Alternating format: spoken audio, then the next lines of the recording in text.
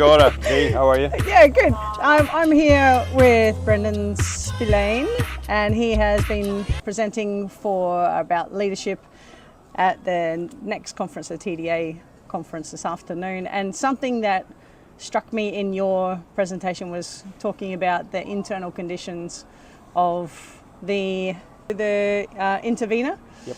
And that determining the success of the outcome of the intervention. Yep. And you know, we work a lot with teachers, and I feel like there's a big I don't know, it's a bit of a controversy to say students are at the centre. But if we're not looking after our teachers, if we don't hold them and allow them to hold at the centre of their work themselves and their well-being, and you know who's showing up for the job, then it makes it harder to actually have that impact. So my question, long-winded question, is what's your take on having teachers at the centre, being, you know, ex-principal and So I try to be non-dualistic about this question, and instead of it either being teachers or students, put the relationship between teachers and students at the centre. Because to me it's that dynamic that really explains whether or not a particular situation is going to be okay or not. Right. So now for that to happen, we have to have as much concern for the teacher as we have for the student, because our ultimate concern, the campfire in a behavioural situation, is the dynamic relationship between the teacher and the student. So I resist, as you rightly say, I resist it in schools when we say it's all about the kids, because it can't all be about the kids. If you're not concerned about how the teacher is, you're really not concerned ultimately around how the kids are.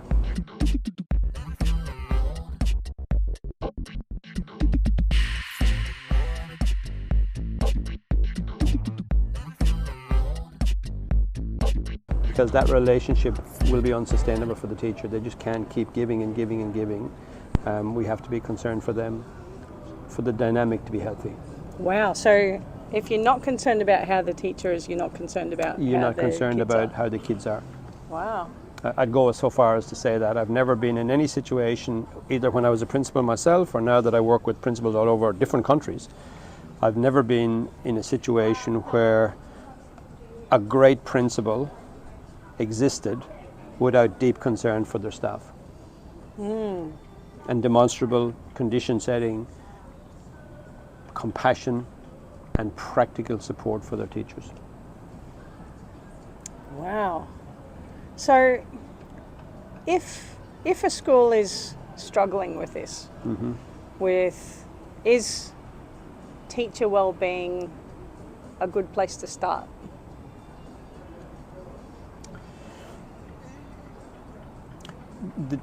Tactically, I mean, yes is the conceptual answer, but tactically, the moment we start talking about teacher well-being, people start hearing almost the opposite of what you said, that it's all about the teachers. Right. And so I still go back to that notion about how healthy are the conditions in our classrooms for students and teachers to be in good relationship with each other. Right. So what's important in there, in your take? In my take is that we're nuanced enough as teachers to deeply engage with our kids, and that we have time as teachers to be nuanced. Right. And in other words, that we're not sending teachers into class who are heightened to deal with kids who are heightened, because then it doesn't really matter who tips it over, it's always going to get tipped over, because there's no space in the teacher to handle heightened kids if the teacher themselves are heightened. Yeah. So you know, so I'm saying it's tactical. If the teachers are in a good place, they're probably more responsive than reactive with the students. Yeah. But we can't just set that as an expectation unless we give the teacher conditions that allow her not to be heightened. Right. It's So- building in processes. Building in processes, building in building in opportunities for her to lift her skill to the level that she can de-escalate and herself and not be so heightened. Building in concern for her life, so that, you know, when she comes into school, all the things that she deals with as a wife or a husband, all the things that they're dealing with as a friend and as a, you know, all that the conditions we give them to work in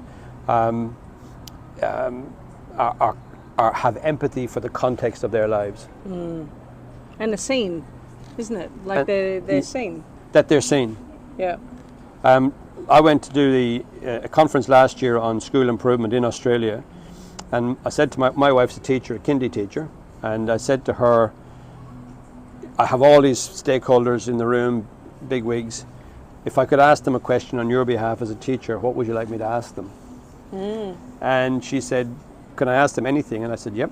And she said, ask them if they think they could do what they're asking us to do. Oh. And I said, right, what's behind the question, Anita? And she said, do you still see us? Exactly on your point. Yeah. Do you still see us? And I asked that the next day at the conference, and I had a lot of like senior policy makers in different places coming up almost in tears saying, I don't think we do. Right. We want to, but I think we're driven by all the sorts of metrics and policies that we have to do, and I think we've lost sight of our teachers. So how do we help teachers be seen? Like, how do you do it well? That's a question worth engaging with, isn't it? So to be seen, you have to feel seen. So in some ways I want teacher voice. What makes you feel seen? We ask them. When you're appreciated, when you're seen, when you're valued, what have people done to create that for you? Yeah. And some of that will be processes, some of that will be timelines, some of that will be just having a second sentence for me when you meet me, you know? Yeah. Like knowing enough about me to have a conversation with me. Some of it will be X policy in a sense, like when I'm really down and I need a day, do I get it? Yeah. Yeah. All those kinds of things. Yeah. So that I mean, there's a multiple ways of addressing this, but it's a question that I would want to hear from teachers. When you've been in a situation when you felt deeply valued and deeply seen, what have been the conditions that the leaders around you have been able to create? And then as leaders trying to create something like that. That's kind of where I'd start with teacher voice. Right. Sounds powerful.